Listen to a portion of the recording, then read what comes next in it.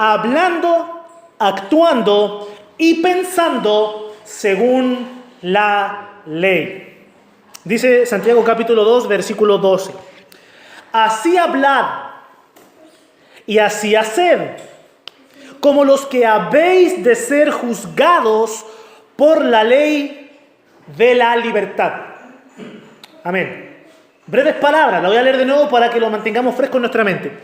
Así hablad y así haced, como los que habéis de ser juzgados por la ley de la libertad. Para que el cristiano, para que el creyente, aquí inclúyase usted, incluya su nombre, para que usted y yo podamos disfrutar verdaderamente la vida cristiana, para que usted y yo podamos tener una vida plena, plenamente desarrollada en las bendiciones de Dios, como cristianos, como hijos de Dios, necesitamos una ley a seguir. Necesitamos un conjunto de normas para regular nuestra conducta, para someter nuestros deseos, nuestros anhelos a esos rieles y poder avanzar y desarrollarnos. Si nosotros como cristianos no tuviéramos una ley a seguir, no viviríamos la libertad en Cristo. Viviríamos el libertinaje en Cristo. Por eso necesitamos parámetros a seguir. En una oportunidad alguien ilustró con el siguiente ejemplo. ¿Cuándo un tren es más libre? ¿Cuando está fuera o cuando está sobre los rieles? Bueno, definitivamente cuando está sobre los rieles. Ahí es que el tren puede avanzar. Necesitamos parámetros y necesitamos normas a seguir en la vida cristiana.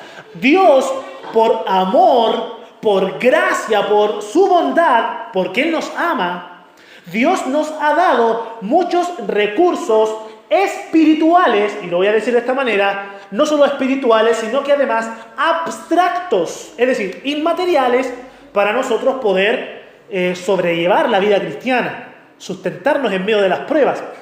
Toda persona que ha nacido de nuevo y que es hija de Dios tiene la dirección del Espíritu Santo en su vida. Y eso es hermoso, porque usted ha sentido la presencia del Espíritu y la dirección del Espíritu, y yo también. Usted ha sentido en determinadas ocasiones una disposición interior, un sentir interior que le dice: no te vayas por esa calle, ándate por la otra. ¿Por qué razón? Porque ahí hay un peligro. Vete por acá. Y usted obedece a ese sentir interior que no es suyo, es ajeno a usted. Y luego usted se dio cuenta que seguir no ese impulso, más bien esa dirección, fue provechoso porque efectivamente algo le hubiese pasado si se hubiese ido por esa dirección. A veces usted siente el deseo de ir y sentarse al lado de alguien en la micro y hablarle acerca de Cristo. Y después de hablarle de Cristo, esa persona le dice: me llegaste como caído del cielo. Y usted dice: algo parecido me condujo el Espíritu. Porque el creyente cuenta con esa provisión espiritual e inmaterial. Además tenemos otro ejemplo, el recurso de la oración, que es espiritual, es intangible, pero es real. Oramos y Dios nos escucha en el acto. Dios no es como nosotros, que a veces dejamos los mensajes de WhatsApp para verlos después. Dios no hace eso, y qué bueno que no lo hace. Él nos escucha en el acto. A veces Él responde: espera, todavía no te voy a dar lo que me estás pidiendo, pero Él siempre nos escucha en el acto. Bueno, Dios nos ha dado recursos inmateriales, pero Dios también nos ha dado un recurso espiritual, pero además, me atrevo a decirlo de esta manera, material, para que nosotros podamos sobrellevar la vida cristiana. Me refiero a este recurso. Dios ha puesto a nuestro alcance este material, el cual conocemos por el nombre Santa Biblia. Ahora, este recurso material es un vehículo que contiene dentro de sí, en sus páginas, la ley de Dios, como lo hemos aprendido. La ley real está contenida en este libro, en el material impreso. La ley de la libertad, que dice Santiago, está contenida en este canal material. Tenemos la ley de Dios a nuestro alcance. De tal manera que cuando nosotros tenemos deseos que no sabemos si son buenos o malos, vamos a la ley y vemos si efectivamente esto le agrada a Dios, lo que quiero hacer. Cuando estamos en una situación decimos: ¿qué puedo hacer en esta situación tan compleja? Vamos a la ley y vemos qué dice Dios para resolver esa situación. Tenemos un recurso al cual podemos ir una vez tras otra y leer el mismo mensaje una vez tras otra y aprender acerca de Dios. Tenemos su ley a nuestro alcance. Ahora, Santiago en este pasaje que acabo de leer, en el versículo 12, él exhorta a los creyentes. Y él exhorta con un corazón tremendamente tierno y pastoral. Él exhorta a sus lectores y por ende a nosotros el día de hoy, a la iglesia, no necesariamente a leer la Biblia. Y ponga mucha atención a lo que voy a decir. Santiago no está exhortando a la iglesia a leer la ley, a leer las escrituras. Santiago está exhortando a los creyentes, y por ende Dios está exhortando a los creyentes, a todos nosotros, a ser afectados o impactados por la ley, por la palabra de Dios. Ahora, ¿por qué digo que no necesariamente a leer la Biblia? Porque muchos de los creyentes en la iglesia primitiva no sabían leer, pero sí podían ser afectados por la palabra. Recuerdo cuando yo conocí a Cristo, cuando yo experimenté el nuevo nacimiento, el Señor hizo algo tan milagroso en mí que Él rápidamente me condujo a la palabra. Y yo leía la Biblia y decía, wow, qué tremendo, como nunca en todos los años que llevo en la iglesia había leído estas maravillas. Y el Señor transformó mi vida con su palabra. Realmente fue así. Entonces yo asumí que por el hecho de leer la Biblia mi mente estaba siendo limpiada. Mi corazón estaba siendo limpiado. Yo asumía que por el hecho de leer la Biblia mi vida estaba siendo transformada. Entonces empecé a recomendarle a mis amigos que leyeran la Biblia. Empecé a recomendarle a mis familiares que leyeran la Biblia. A los que se habían apartado del Señor les recomendé, oye, vuelve a leer la Biblia, ahí está, todo lo que necesitas. Y de todas las personas que aconsejé a leer la Biblia, muchas de ellas fueron transformadas por el Señor. Fueron restauradas por el Señor. Y hasta el día de hoy están caminando firme con el Señor. Pero también muchas de esas personas que aconsejé a que leyeran la Biblia, el día de hoy no sé dónde están. Yo reconozco que cuando conocí al Señor por ser nuevo en la fe, cometí algunos errores. Y uno de esos errores fue el asumir que había un efecto especial en el hecho de leer la Biblia misma. No necesariamente es así. ¿Por qué razón? Porque muchos leen la Biblia, luego la cierran y se van a hacer cualquier otra cosa. Entonces, la lectura como tal no tiene un poder mágico. La lectura de la Biblia es un medio para lograr un fin. Es un medio para lograr un propósito.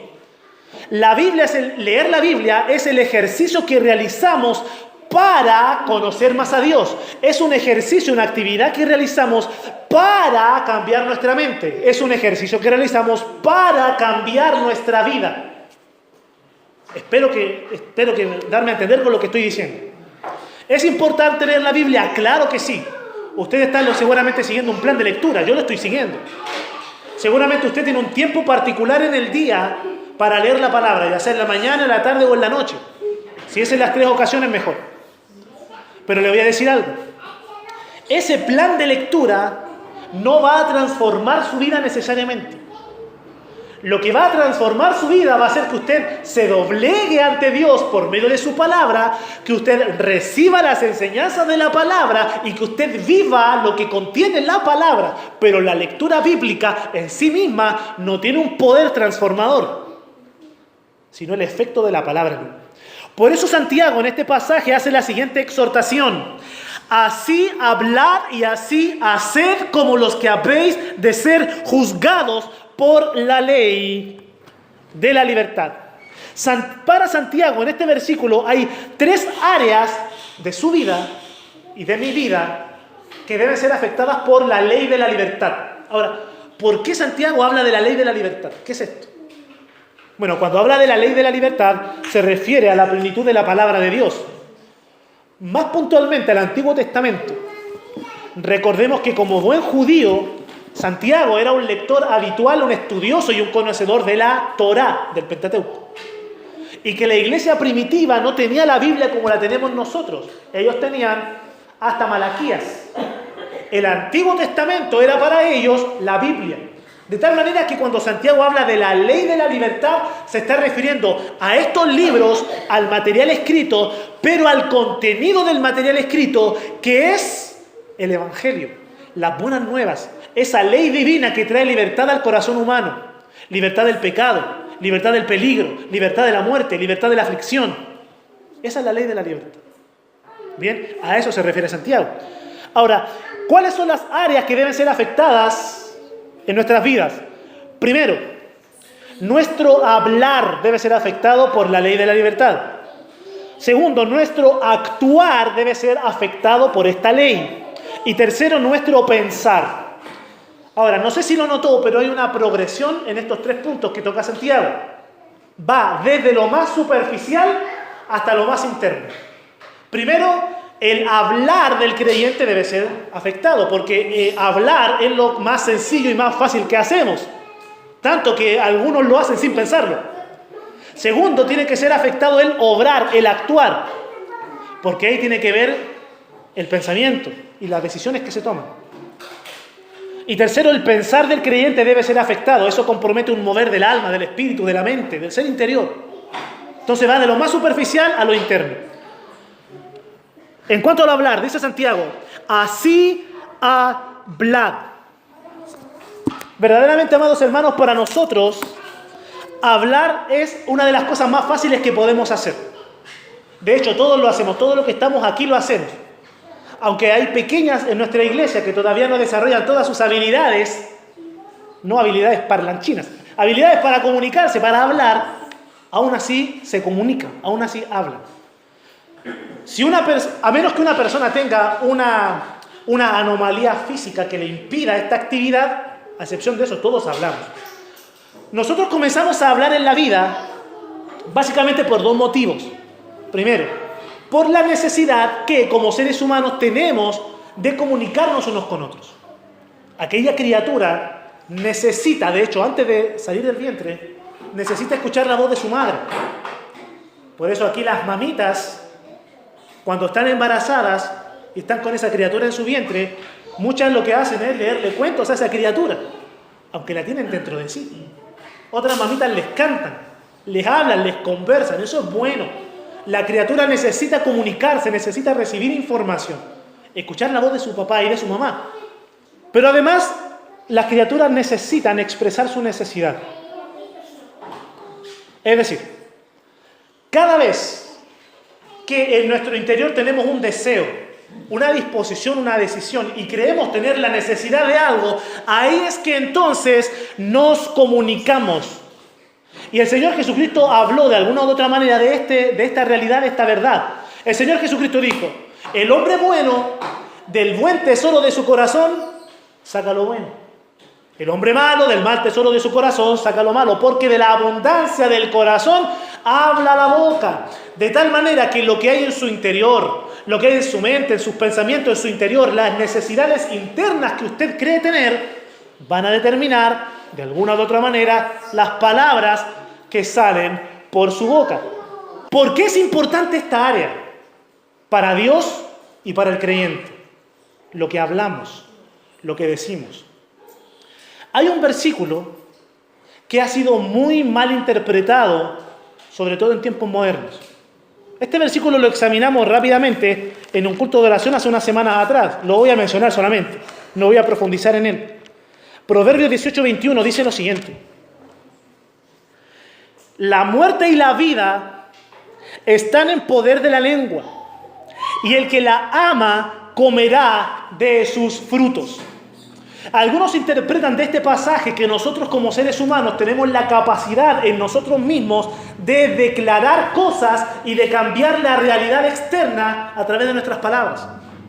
Algunos dicen, cuando estés enfermo, declara sanidad y te vas a sanar. Si estás pasando un momento de pobreza o de estrechez económica, declara bendición financiera y la prosperidad va a llegar a tu vida. ¿Bien? Nada más lejos de la realidad, hermanos. Nuestras palabras no tienen ese poder. Lo que sí tienen nuestras palabras es una gran influencia sobre nuestra vida personal y sobre la vida de otros. voy a hablarle brevemente, mi amado hermano, de la gran influencia y en ese sentido el gran poder que pueden llegar a tener sus palabras y mis palabras. Si usted se ocupa en conocer la palabra de Dios, en apropiarse de las verdades de la palabra de Dios y de hablar de la palabra de Dios habitualmente, usted va a desarrollar un hablar sabio. Usted va a desarrollar palabras de sabiduría. Y usted, mi amado hermano, con simples consejos, con simples y breves consejos, usted con sus palabras puede evitar que un matrimonio se divorcie. Usted puede evitar una ruptura en un matrimonio con sus consejos. Si usted habla palabras sabias, mi amado hermano, usted puede evitar un asesinato. Si usted aconseja a una mujer que está pasando dificultades porque tiene en su vientre una criatura que ella no esperaba que... Ella no tenía planificado lo que sucedió y ella quedó marcada para siempre.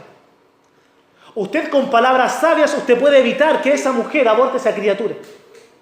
Y usted con sabios consejos puede ayudar a que esa mujer en un futuro tenga una vida feliz y esa criatura tenga una vida plena. Usted con sabios consejos puede llegar a lograr que esa criatura en el vientre pueda llegar a ser presidente de la República. Usted lo puede lograr con sus palabras si usted habla sabiamente. Si usted desarrolla palabras sabias, usted puede evitar terribles tragedias. El índice de suicidios en la juventud está creciendo cada día. Usted puede salvar una vida con sus sabios consejos. Porque las palabras del creyente tienen una gran influencia. Ahora, las palabras sabias no solamente evitan ciertas tragedias, sino que además producen cosas positivas como la reconciliación. Usted tiene que saber hasta dónde involucrarse en la vida de su prójimo. Pero si usted se involucra de manera sabia y usted habla palabras sabias y precisas, usted puede lograr la reconciliación matrimonial, la reconciliación familiar, usted puede lograr la reconciliación de iglesias, de vecinos, de amigos, etc. Si usted habla palabras de sabiduría. Por eso Job, capítulo 6, versículo 25, dice: cuán eficaces son las palabras rectas. En ese sentido hay un gran poder en nuestra boca. En ese sentido es que podemos proveer vida a través de lo que hablamos. Sin embargo, y de manera contraria, las palabras necias también tienen un gran efecto tanto en la vida personal como en la vida de otros. Palabras necias pueden producir separación. Haga un pequeño ejercicio. Acuérdese de su mejor amigo de la enseñanza media. Si usted desarrolló educación superior, instituto, profesional, universidad, piense en su mejor amigo de la educación superior. Piense en el mejor amigo que usted tuvo en aquel trabajo hace años atrás. Aquel amigo con el cual ya no hablo. ¿Por qué dejó de comunicarse con ese amigo? ¿Qué fue lo que ocurrió en la vida de ambos? Lo más probable es que usted diga: es que me acuerdo que en una oportunidad discutimos y nos dijimos cosas que parece que era mejor callar en ese momento puntual y decirlas en otra ocasión y de otra manera. Yo creo que de alguna manera todos podemos contar esa experiencia. Palabras dichas fuera de lugar pueden producir separación. Son palabras dichas en discursos por líderes políticos y militares que producen las guerras. Son palabras necias las que pueden arruinar vidas. Y ahora necesito que usted considere esto como algo muy serio. Como algo muy serio. Hay jóvenes, y esto es algo que es producto de una meditación constante, mi esposa sabe de eso. Hay jóvenes que desarrollan grandes habilidades en cuanto al deporte o en cuanto a las artes. Pero esas personas, esos jóvenes, nunca llegan a desarrollar sus habilidades porque en el colegio un profesor se ocupó de decirles que eran tontos porque no pudieron sacar promedio 7 en una determinada materia. Entonces ese joven creció pensando que era incapaz de desarrollarse en cualquier área. Porque creció porque un profesor, una autoridad en el colegio le dijo que era tonto. Hay personas que tienen altas habilidades en la literatura, pero nunca escribieron un libro. Porque un familiar le dijo: te vas a morir de hambre como escritor. Déjate de esas cosas y búscate un trabajo. Busca algo en que ocuparte. Hay hermosos libros que nunca se han escrito. poemas que nunca se han leído. Hay canciones que nunca se han compuesto, porque alguien le dijo a ese muchacho, a esa muchacha, ¿cómo se te ocurre surgir en la música aquí en Chile? Te vas a morir de hambre como músico. Olvídate de eso. Dedícate a otra cosa. Palabras necias pueden arruinar hermosos futuros. Hay un poder tremendo en las palabras que hablamos en ese sentido, en el sentido de la influencia del habla. Por eso es tan importante para Dios cómo hablamos nosotros los creyentes, porque nuestras palabras influencian de tal manera que pueden cambiar vidas para siempre. ¿Cuántas personas dejan de asistir a la iglesia por lo que el pastor dijo en un momento determinado de la predicación y nunca más volvieron a la iglesia esas personas? Montones. Entonces, para Dios es importante cómo los creyentes hablamos. Ahora, la pregunta es, ¿cómo tenemos que hablar según la ley de Dios? Porque ese es el énfasis del texto. Tienes que hablar conforme a la ley de la libertad. Bueno, voy a darle aquí algunos tips, algunos datos de cómo hablar en base a la ley de Dios. Bien, voy a citar solamente pasajes del Antiguo Testamento que hablan acerca de cómo regular nuestras palabras.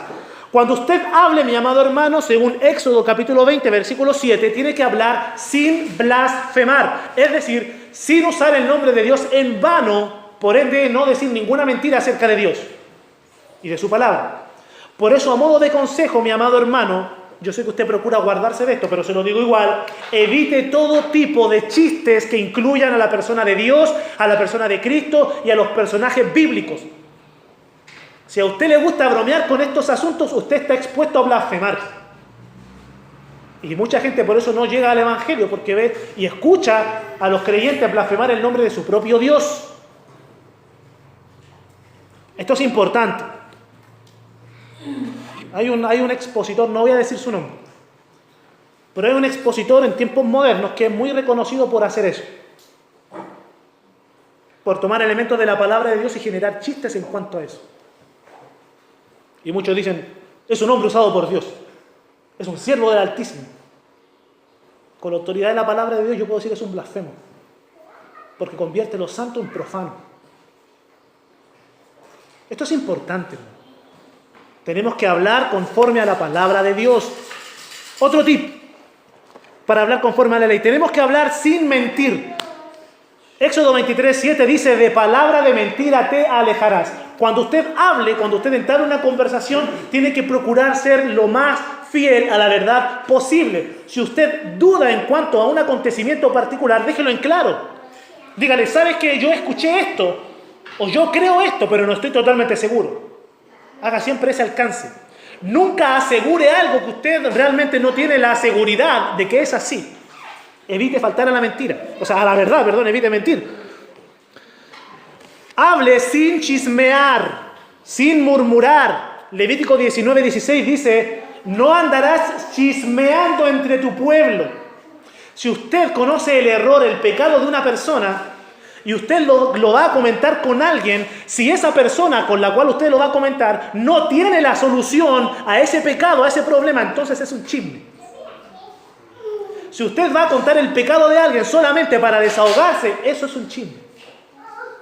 Si usted va a comentar el pecado de alguien con una persona, procure que esa persona con la cual usted va a hablar sepa más de la Biblia que usted. Segundo, que esa persona sea más sabia que usted. Tercero, que esa persona sea más discreta que usted. Cuarto, que esa persona pueda darle una solución a ese problema, una solución bíblica. Porque si no, es chisme, es murmuración. Cuando hable sin ofender. Éxodo 22:18 dice que no hay que injuriar más bien a los jueces del pueblo. Entonces el judío sabía que él no podía hablar mal del sumo sacerdote. No tenía que hablar mal de los levitas, de los que ofrecían los sacrificios, de los que ayudaban en el templo. El judío no tenía que hablar mal del rey, de los gobernadores, de las autoridades en general. En tiempos modernos, ¿cuál sería el consejo a la iglesia? No hable mal del presidente de la República. No hable mal de los alcaldes. No hable mal de su jefe. No hable mal, sobre todo a los jóvenes, no hable mal de los padres. No hable mal del maestro de escuela dominical, no hable mal del pastor. Sea respetuoso al hablar. Cuando hable, no honre aquello que es vil. Isaías 5:20 dice, ay de los que a lo malo llaman bueno y a lo bueno malo. Ahora, nosotros estamos muy propensos a cometer este error, a pronunciar una bendición sobre aquello que realmente no es bueno. Hace un tiempo atrás estaba visitando un hogar junto con otro hermano en la fe. Estábamos en un hogar que no era ni la casa de él ni la mía. Y en esa casa estaba puesta la televisión. Y estaban pasando una película que no era cristiana. Una llamada película de acción. Usted sabe cómo son las películas de acción del mundo, donde abunda la muerte, el adulterio, la prostitución, las drogas, las armas, el enojo, la ira, los pleitos, etc. Y este hermano en la fe me dijo, oye, es buena esa película. Y siguió mirando la televisión. Yo guardé silencio, no quise decir nada para no ser imprudente en ese momento particular. Pero ¿cuántas veces nosotros vemos cómo Satanás promueve tanto pecado y nosotros decimos, oye, qué buena esa película? Oye, qué buena esa canción. Y estamos llamando a lo malo bueno. Seamos cautelosos. Hablemos conforme a la ley. Ahora alguno dirá, oiga, pastor, la instrucción es hablar sin blasfemar, hablar sin mentir, hablar sin chismear, hablar sin ofender, hablar sin honrarlo bien. Entonces, ¿qué hablo? Dicen algunos. Si me tengo que cuidar de todo esto, ¿de qué voy a hablar? Bueno, según la ley de Dios, cuando usted hable, usted tiene que hablar con precisión. Hable lo justo y lo necesario. Proverbios capítulo 10, versículo 19, dice que en las muchas palabras, ¿qué cosa? Nos falta pecado. Usted piense antes de hablar y luego suelte las palabritas, que sean precisas. No hable más de lo que tiene que hablar, pero tampoco hable menos de lo que tiene que hablar. Administre bien sus palabras. Recuerde que usted es dueño de lo que calla, pero es esclavo de lo que habla. Así que mucho cuidado. Cuando usted hable palabras de dulzura. Bien, lea en su hogar Proverbios 16, 21. Hable con verdad, siempre fiel a la verdad de Dios. Proverbios 12, 17. Y cuando usted hable con la intención de edificar al que le está escuchando. Proverbios 28, 23. Yo creo que están de más todo tipo de ejemplos y de ilustraciones en estos datos, porque yo le he dado estos consejos e inmediatamente usted ha pensado en un montón de situaciones y circunstancias. Santiago dice que también es importante el actuar del cristiano y que esta área debe ser impactada por la ley de Dios. Por eso dice, así hablad, pero luego dice Santiago, así haced, porque el obrar es la segunda área que debe ser impactada. Qué fácil es hablar, como ya fue mencionado. Qué fácil es emitir palabras. Qué fácil es exigir cosas. Qué fácil es llegar al culto y decir, hoy está dirigiendo mal el hermano Sebastián, se equivocó. Oye, la hermana Javiera que está en la guitarra se comió 2 notas. Yo lo noté. El hermano pastor que está en el teclado se saltó como 8 acordes. Oye, no sé, la predicación está mala, el culto está fome. Es muy fácil señalar y exigir cosas, pero qué difícil es vivir de acuerdo a las exigencias que nosotros mismos hacemos. Oye, que está dirigiendo mal el hermano. Bueno, entonces bueno sería crecer en la fe, madurar para con el ejemplo mostrar cómo se debe dirigir para honrar a Dios y conducir la iglesia en alabanza. Es un ejemplo solamente, hermano Sebastián. Yo estoy contento con tu servicio, hermano. Oye, la hermana Javiera se ha equivocado muchas veces. ¿Sí? ¿Usted qué instrumento toca? No, yo canto. No, yo canto no. Es muy fácil exigir, pero difícil es vivir de acuerdo a nuestras propias exigencias. Qué fácil es confrontar a otros. Llegar al trabajo y decir al compañero, oye, ¿sabes qué? No te soporto, no soporto tu forma de ser, tu forma de actuar. Deberías cambiar, deberías ser diferente. Pero qué difícil es nosotros vivir de acuerdo a lo que nosotros estamos exigiendo de los demás. Qué complejo es. Qué difícil. El Señor Jesucristo habló de esta actitud. ¿Y sabe a quién se le atribuyó? Se le atribuyó a los fariseos, a los líderes religiosos que tomaban la ley de Dios y luego generaban un castillo de dogmas y de normas. Y noten lo que hacían con los creyentes, con los judíos que verdaderamente querían honrar a Dios. El Señor Jesucristo dijo esto de los fariseos. Ponga atención, Mateo 23:4. Dice: porque atan cargas pesadas y difíciles de llevar y las ponen sobre los hombros de los hombres, pero ellos ni aun con un dedo quieren moverlas. Y esa actitud está latente todavía en muchos dentro de las iglesias. Ponen cargas sobre los demás. Oye, tú deberías orar más. Oye, tú deberías estudiar más la palabra de Dios. Oye, el pastor debería conocer mejor este pasaje. Sí, pero usted lo hace.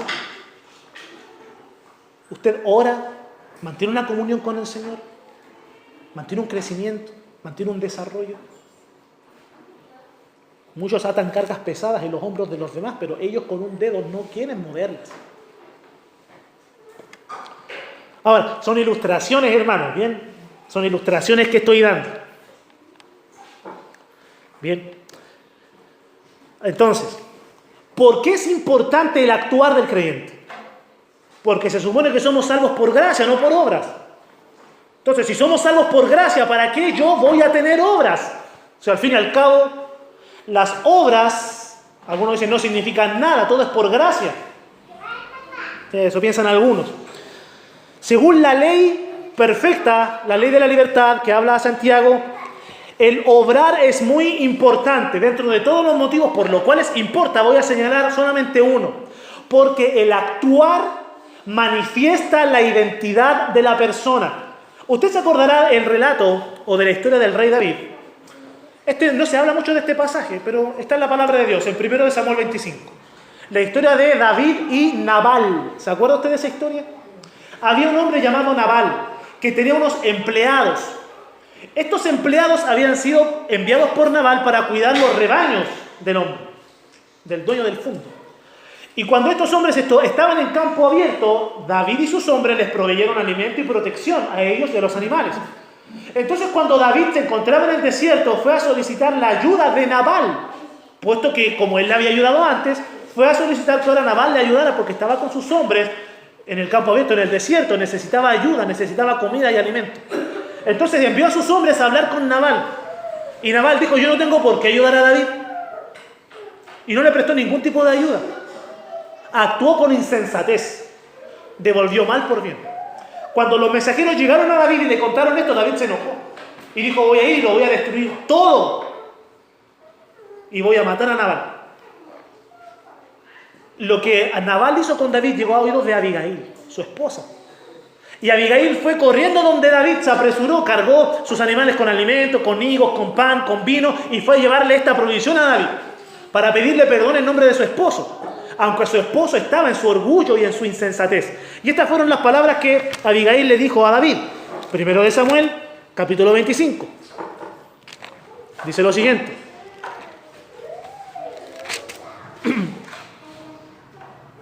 Capítulo 25, versículo 25. Dice: no haga caso ahora, mi señor, de ese hombre perverso, de Nabal, porque, note esto, conforme a su nombre, así es. Es decir, según como él se llama, así él se comporta. Él se llama Nabal. Ahora, si usted tiene ahí su Biblia, va a notar una nota al margen y va a ver que Nabal significa insensato o insensatez. Y dice Abigail: y la insensatez está con él. Mas yo, tu sierva, no vi a los jóvenes que tú enviaste. O sea, él es Nabal, su nombre significa insensato y así es como él se comporta, esa es su identidad. Su conducta refleja quién y cómo es él. De igual manera, Salomón escribe en Proverbios capítulo 23, el versículo 7, lo siguiente. Dice: porque cuál es su pensamiento en su corazón, tal es él. Entonces, el comportamiento, la conducta cotidiana refleja lo que nosotros somos por dentro. Lo que nosotros actuamos, lo que nosotros obramos, refleja lo que nosotros hemos aprendido, lo que nosotros hemos recibido en un momento determinado. Por eso, y esto es una nota al margen, por eso es tan importante la crianza que se le da a los niños en el hogar. Por eso no es saludable ni bíblico entregarle la crianza de nuestros hijos a otros. Como padres tenemos que asumir la crianza y la educación de nuestros hijos. Ahí cada familia determina cuáles son los parámetros y los métodos a usar. Pero los padres deben asumir esa responsabilidad, porque luego los niños van a manifestar afuera lo que aprenden dentro. Eso es importante. Por tanto, deben recibir una buena educación en casa, partiendo en el hogar. El día de ayer me acordaba de esto. Se cuenta que en una iglesia estaba el pastor hablando con unos hermanos en el tiempo después del culto. Estaban conversando, un grupo de hermanos. De repente un niño aparece y empieza a mirar al pastor. Lo queda mirando fijamente. El pastor se dio cuenta, le sonrió, pero siguió conversando con los hermanos. El niño empezó a rodear al pastor. El pastor se empezó a poner un poco inquieto, incómodo, no sabía qué estaba sucediendo. ¿Tendría algo en la ropa? No sé, se revisaba. Y le pregunta al niño, ¿qué te ocurre? ¿Por qué me miras con tanto esfuerzo? ¿Estás buscando algún detalle? ¿Qué sucede? Dice, no, le estoy buscando el otro rostro. ¿El otro rostro? Sí, lo que pasa es que mi papá en casa dice que ustedes son dos caras. Entonces, lo que los niños escuchan dentro del hogar lo van a manifestar afuera. Bien. Tal es su pensamiento en su corazón, tal es él. Nuestra conducta, nuestro comportamiento manifiesta quiénes somos. Le voy a decir algo, hermano. Y yo espero con esto remecerlo un poco y hacerlo despertar a la realidad de la vida. En el caso de que esté equivocándose en esta área. Usted no es conocido por lo que usted dice ser o hacer. Usted es reconocido y recordado por los demás por lo que usted hace, no por lo que usted dice. Ahí aplíquelo a su vida. No voy a dar ilustraciones para que no parezcan indirectas. Pero aplique eso a su vida, mi amado hermano. Bien. ¿De qué manera debemos actuar? Considerando la verdad de que nuestro obrar diario refleja una identidad. Bueno, ahora sí voy a citar una carta del Nuevo Testamento, puesto que el que escribe esto obviamente es un judío, que tiene la misma mentalidad de Santiago en este aspecto, de considerar el Antiguo Testamento, el Antiguo Pacto, como la ley de su vida. Primera de Pedro, capítulo 1, dice el versículo 15. Sino como aquel que os llamó es santo, sed también vosotros santos en toda vuestra manera de vivir. Porque escrito está, y aquí está citando Levítico, porque escrito está, sed santos porque yo soy santo. El Dios que nos llamó a salvación es puro, es limpio en su actuar, es limpio en su ser, es santo en su conducta, en su obrar. Y este Dios santo nos ha llamado para que nosotros seamos santos, para que nosotros nos apartemos del pecado. De hecho, por el simple acto de salvarnos, ya somos santos en Dios. Por el simple hecho de ser salvados. Porque Dios nos ha dado una posición en la vida, delante de Él. Y es que somos santos, es decir, apartados para Él, para su propósito. Por lo tanto, si Dios ya nos ha denominado santos, ¿cómo debe ser nuestra conducta? Bueno, se lo voy a decir yo. Nuestra conducta debe ser santa, debe ser limpia, debe ser alejada del pecado, porque el que nos llamó es santo y a nosotros nos ha hecho santos. La pureza de nuestro actuar, y espero con esto darle un ánimo, la pureza de nuestro actuar debe ser tal que cuando la gente hable mal de usted, porque eso es inevitable, ¿ya? Usted no asuma que por el hecho de ser santo la gente va a dejar de hablar mal de usted. Porque la santidad va a afectar su vida, pero no necesariamente la lengua de los demás. Entonces la gente va a seguir hablando mal de usted. Pero su santidad práctica debe ser tal que cuando la gente hable mal de usted, la gente debe mentir para hablar mal de usted. Esa es una realidad que todo creyente maduro ha experimentado. que la gente siga hablando mal de nosotros. Pero como no pueden encontrar una falla en la conducta, en el hablar, entonces tienen que inventar algo para hablar mal de uno. Y el mismo Pedro habla de esto, capítulo 2, versículo 12, dice: manteniendo buena vuestra manera de vivir entre los gentiles, ¿para qué? Escuchen, en lo que murmuran de vosotros como de malhechores, glorifiquen a Dios en el día de la visitación al considerar vuestras buenas obras. De tal manera que va a llegar el día en el cual todos los murmuradores van a ser avergonzados. Porque saldrá evidencia de que todo lo que ellos dijeron mal acerca de usted, que procura honrar a Cristo, todo era una mentira. Todo era falso. Entonces, si usted está pasando por esto o ha pasado por esto, ánimo. El Señor conoce lo que pasó. El Señor conoce lo que sucedió. Permanezca mirando a Cristo. Bien. Entonces, esa debe ser nuestra manera de actuar. Una manera santa. Porque Dios santo nos ha llamado a nosotros a santidad. Santiago también dice que nuestro pensar debe ser afectado por la ley. Y esta es el área más compleja de cambiar, porque tiene que ver con lo interno, con lo espiritual, con lo abstracto. Dice Santiago, capítulo 2, versículo 12, así hablad y así haced como los que habéis de ser juzgados por la ley de la libertad. Es decir, Santiago dice, ustedes tienen que conducirse en este mundo teniendo, y ponga mucha atención a esto, teniendo la consideración de que ustedes serán juzgados por Dios. Espero que entiendan bien estas palabras. Vivan con el temor del juicio que va a venir para sus vidas, porque todo creyente ha de ser juzgado por Dios. Usted y yo hemos de rendirle cuentas a Dios por lo que hayamos hecho en el cuerpo, sea bueno o sea malo. Tenemos que vivir con ese sentir en nuestro corazón. Ahora, con eso en nuestra mente entendemos las palabras del apóstol Pablo que dice, ocupaos en vuestra salvación con temor y temblor. Porque vamos a rendirle cuentas a nuestro Señor. En una oportunidad, estaba leyendo un libro, el libro de un pastor muy reconocido de sana doctrina, y él contaba su experiencia en la universidad. Él jugaba fútbol americano.